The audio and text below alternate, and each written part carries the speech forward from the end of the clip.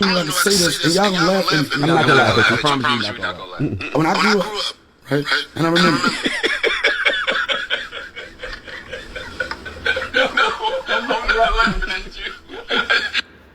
I don't even like to say this, and y'all gonna laugh. And I'm not gonna laugh at you. I promise you not gonna laugh. When I grew up, right, and I remember.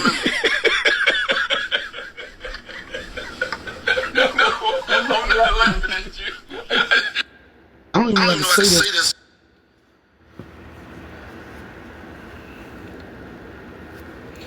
The life that we are complaining about is the life that someone else is praying for.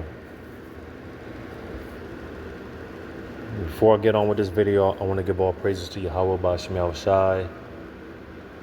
Double honors and much respects to our apostles and elders of Great Millstone.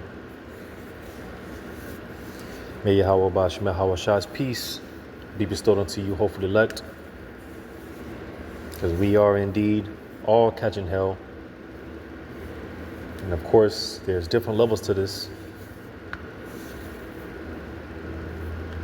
But even with all that being said, something I always say, as a part of my gratitude to Yahweh Ba'Shem Shai, it's not as bad as it's supposed to be. I always say it could be worse. It should be worse. It's supposed to be worse, but the Lord didn't enact on us what we deserve. So,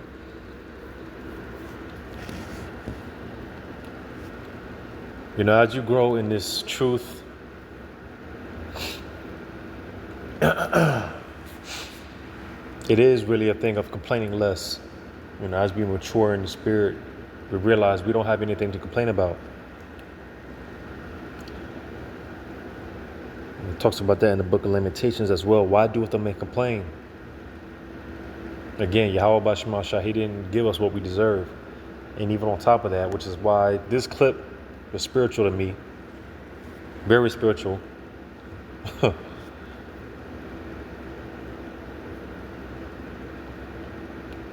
Because imagine, with all the different examples that we have to learn from, you know, just pick one. Let's start with Abraham. Imagine someone like Abraham. Imagine Abraham in this day and age.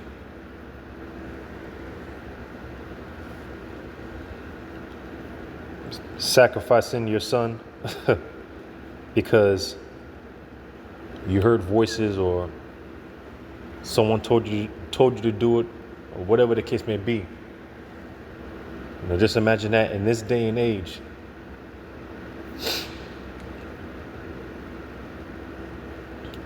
Although Abraham would be considered crazy, out of his mind in today's society, but nevertheless, the works and the faith of Abraham, it was accounted to him for righteousness with Yahweh Ba'Shem Shai. You know, here it is. Abraham, again, he was promised through this seed, through his seed, that, you know, the blessings would come and all things of that sort.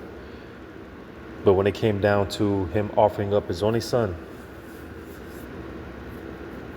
because what does the scriptures tell us? Well, Abraham knew that he would receive him again. So, you know, the faith of Abraham. Job. You know, we know the account of Job. Right? Moses in Hebrews 11. Right? He'd rather suffer for a little season than to live. Or Slakia, he'd rather, let me just go to it in Slakia, Romans, or Hebrews rather. Hebrews 11. Which, you know, we all want our accounts to be talked about, you know. We want to be a part of this this hall of faith, as they say.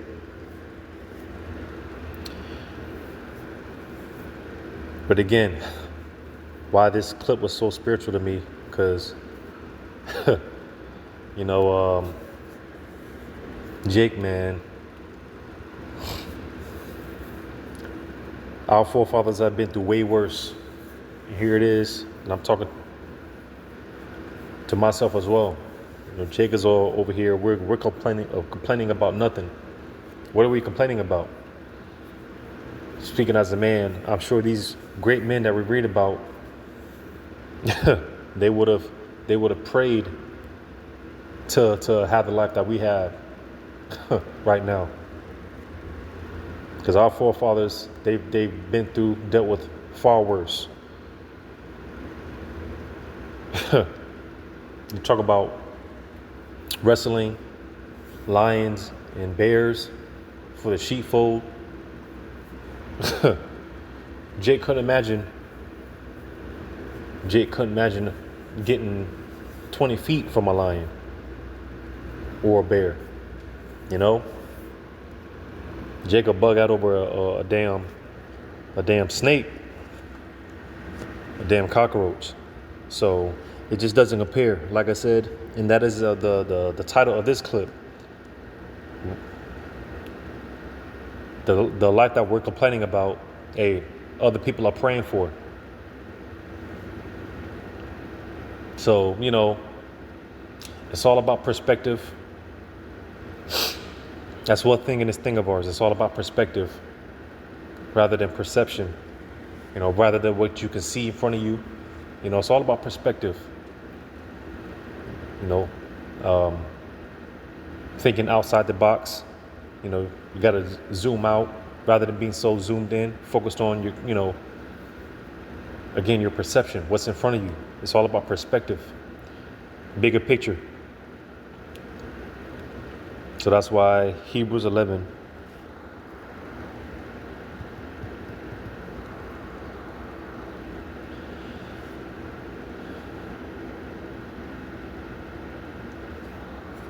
and 23.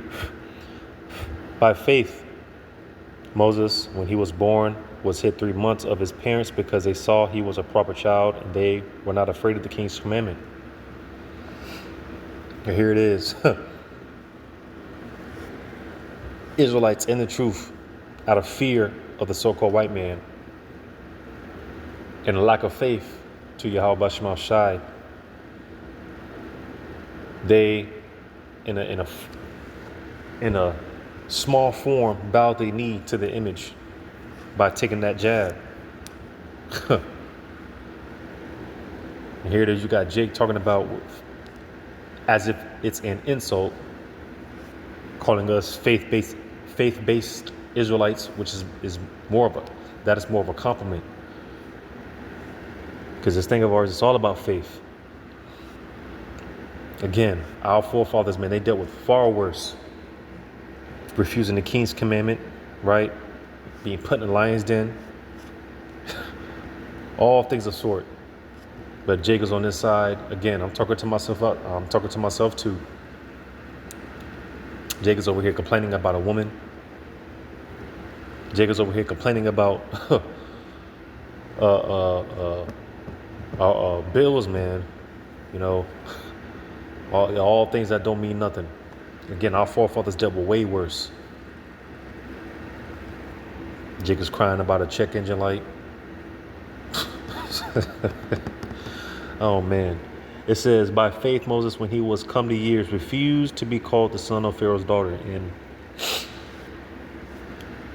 the majority of, and I'm talking about Jakes that say that they're in the truth, Israelites that say that they're in the truth, they were glad he have taken this position. It says, choosing rather to suffer affliction with the people of the Most High than to enjoy the pleasures of sin for a season. Now, who could really say that besides the elect men of Yahweh Shema Shai?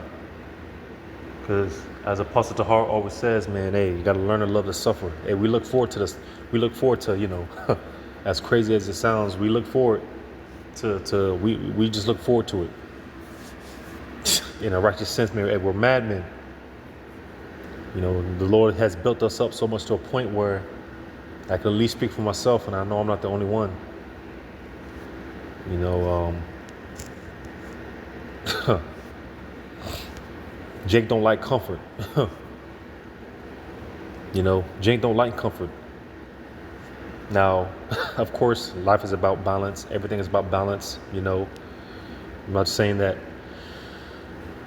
to those Jakes, such as myself, like that, we're just walking around here filled with testosterone and, you know, sleeping on rocks like our forefather Jacob, right? You know, there's balance to everything. But again, it's more so of a mindset.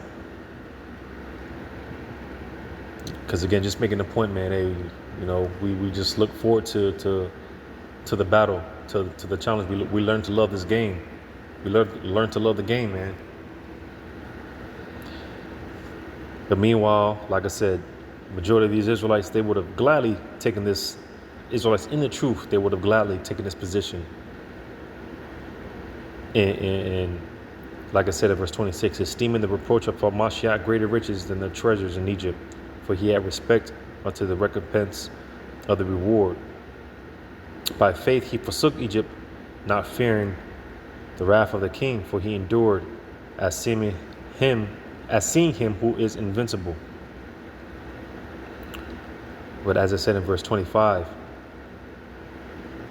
again, majority of these Jakes, they would have gladly taken the position in being called the son of Pharaoh's daughter. Rather in verse 24, it mentions that. You see, so again, man, bigger picture, all right? Bigger picture at hand. Now, granted, Yahweh Shemal Shai, and again, there's levels to this. Because meanwhile, you got Jakes out here, they want to be on the level of the apostles. Everyone wants apostle to heart seat. But, you know, to hopefully elect brothers, man, we don't want that smoke, because the demons that come with that, man, hey, that's why we're just good with where we're at. You know? Jakes want to be on the level of the elder Yahshuamba. But I don't want with what comes with that. I'm good where I'm at. Now, of course, we're not stagnant. It is a thing of growing, but you know, baby steps, man. But making the point, you know, because like the scriptures say, thinking not strange. You know, when the Lord puts us through certain trials and tribulations, right? Because make no mistake, hey, the Lord has us going through a special type of hell that the average Israelite will not be able to deal with. You know, all Israel deals with the curses. We all catch hell as a nation, but the Lord does have a specific type of hell and trials and tribulations that his elect men go through. And it's not easy. Make no mistake about it. It's not easy. But again, a flat tire, what is that compared to being thrown in the lion's den? An eviction notice, as I mentioned, as I quoted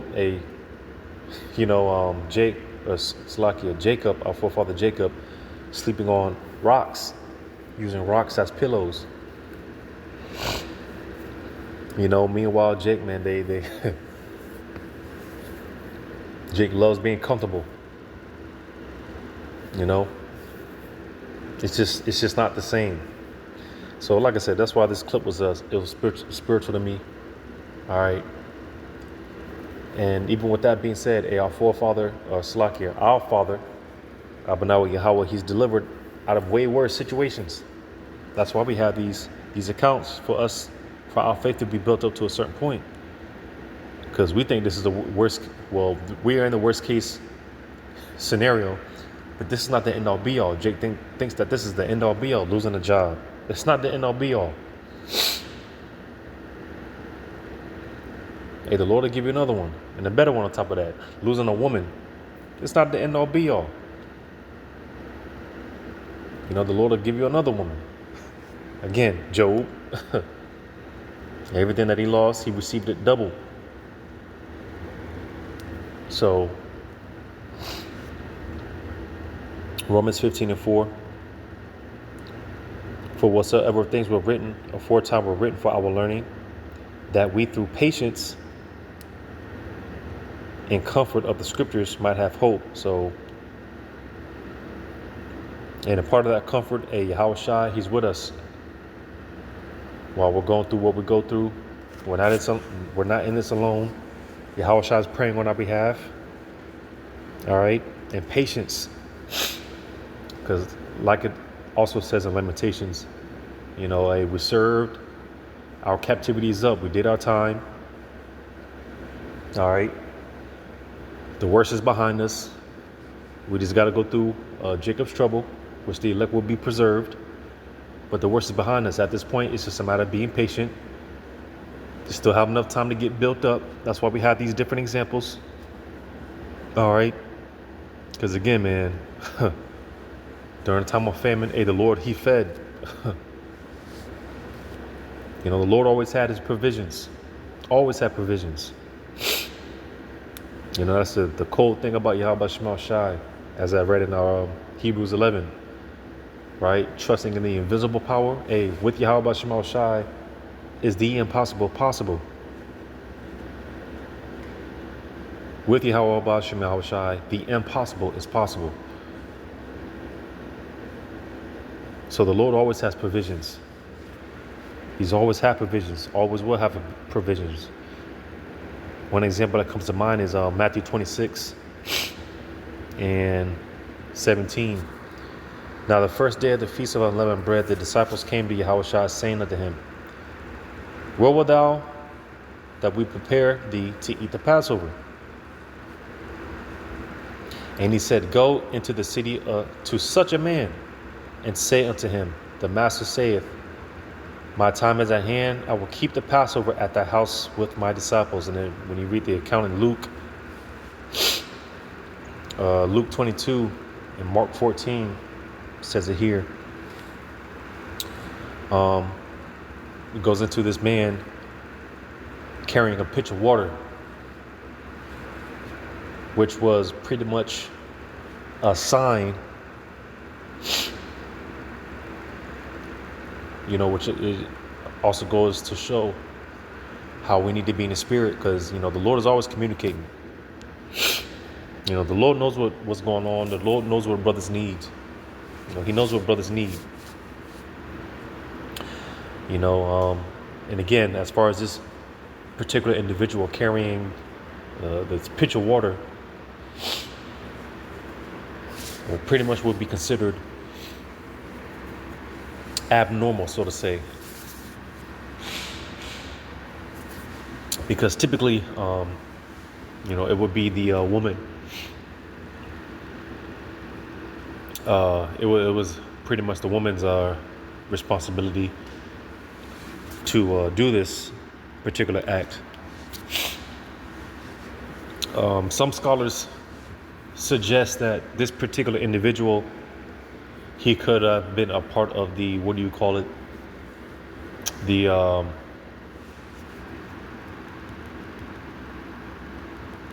Bear with me. As a matter of fact, I might say it.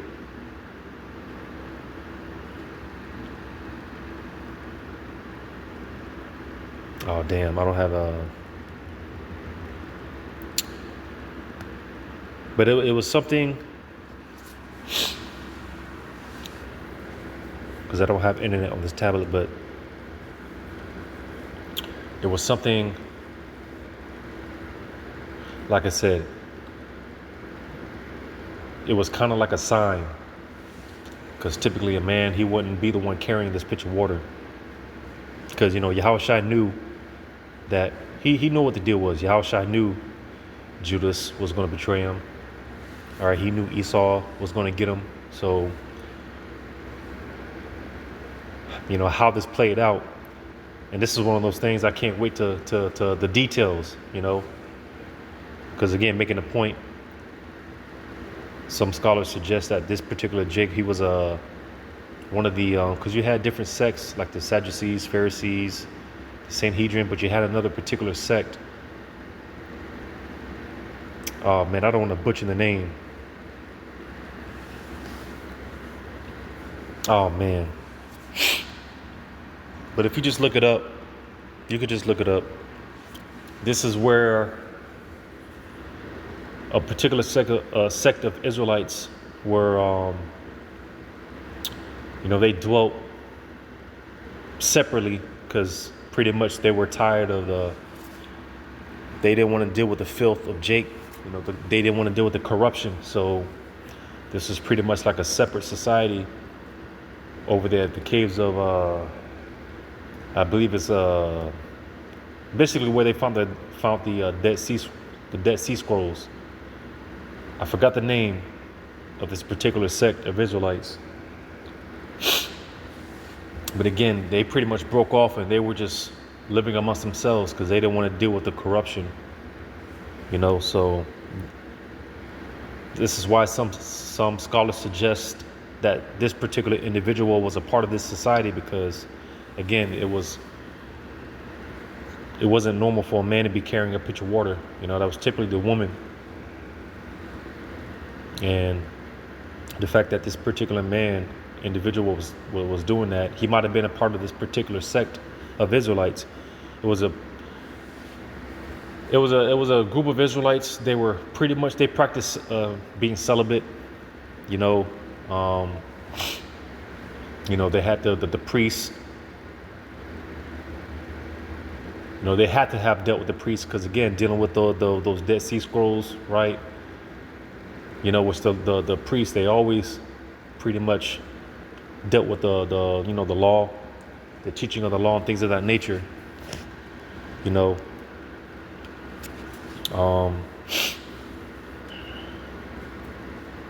So like I said, these particular Israelites, they dealt with being celibate, practice, discipline and things of that sort.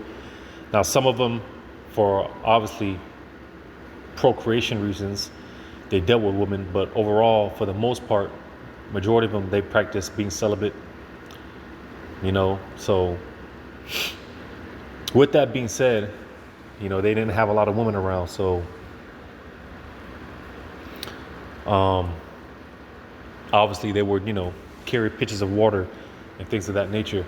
So this is why, just making the point, scholars believe this particular individual to be a part of that sect of Israelites.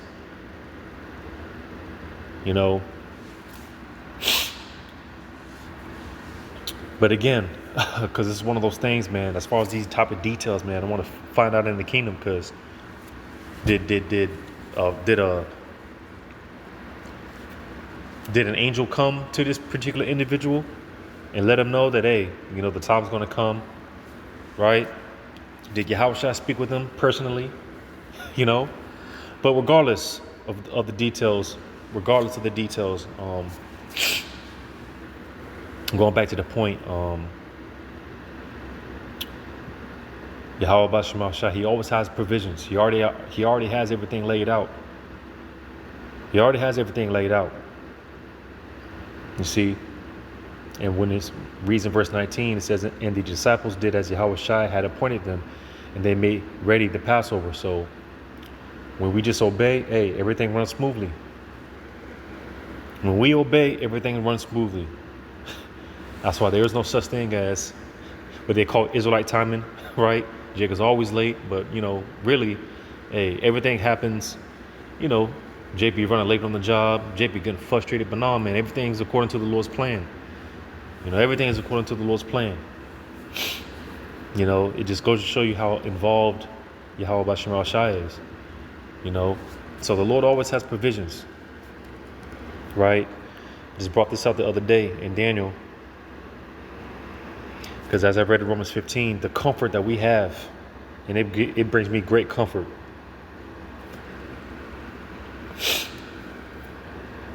I believe that was Daniel 10.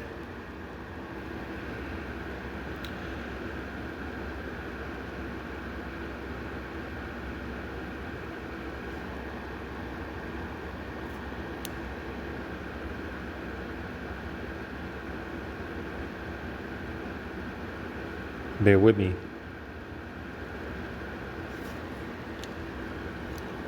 Daniel 10.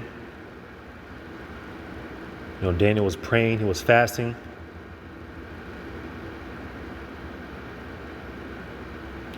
So yeah, Daniel 10.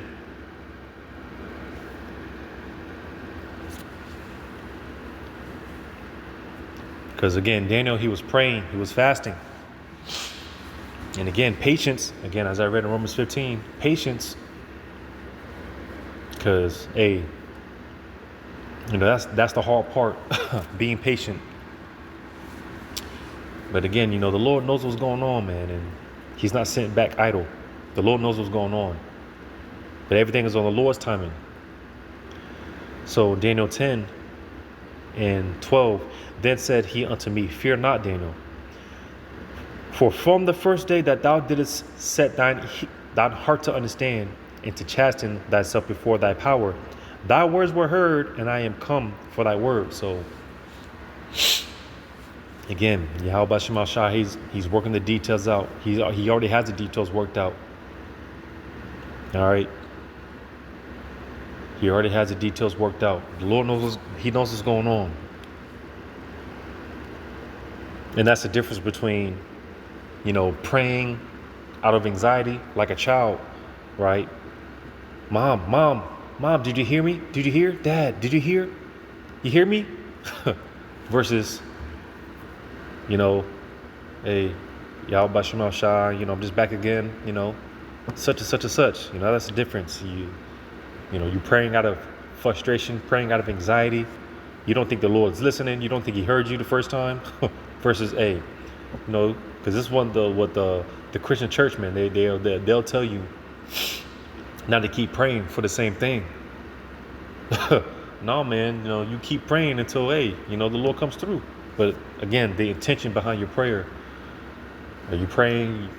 You don't think the Lord heard you the first time, right? That's what the scriptures say. Praying without faith, or whenever you pray, don't be praying or don't be wavering while you pray. Showing that lack of faith, or you won't receive anything. So the intent of our prayer, because again, patience, that's the hard part, just being patient. Again, the Lord has the details worked out. He knows what's going on. All right. The Lord is the one that's behind the scenes, set everything up into motion. That's why we say Yahweh B'Shem Shah B'Hashem Rachakwadash. All right, the holy angels, they are the ones that fulfill the will of Yahweh B'Shem Shah. But this was a little longer than I intended. I'm going to grab this in Second Chronicles 20.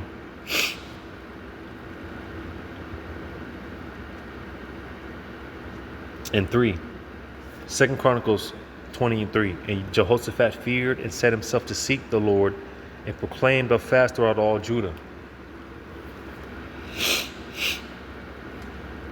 And Judah gathered themselves together to ask help of the Lord. Even out of all the cities of Judah, they came to seek the Lord. And Jehoshaphat stood in the congregation of Judah in Jerusalem in the house of the Lord before the new court and said, O Lord, power of our fathers, art not thou the power in heaven? And rulest not thou over all kingdoms of the heathen? And in thine hand is there not power and might, so that none is able to withstand thee? Art not thou our power, who didst drive out the inhabitants of this land before thy people Israel, and gavest it to the seed of Abraham, thy friend forever?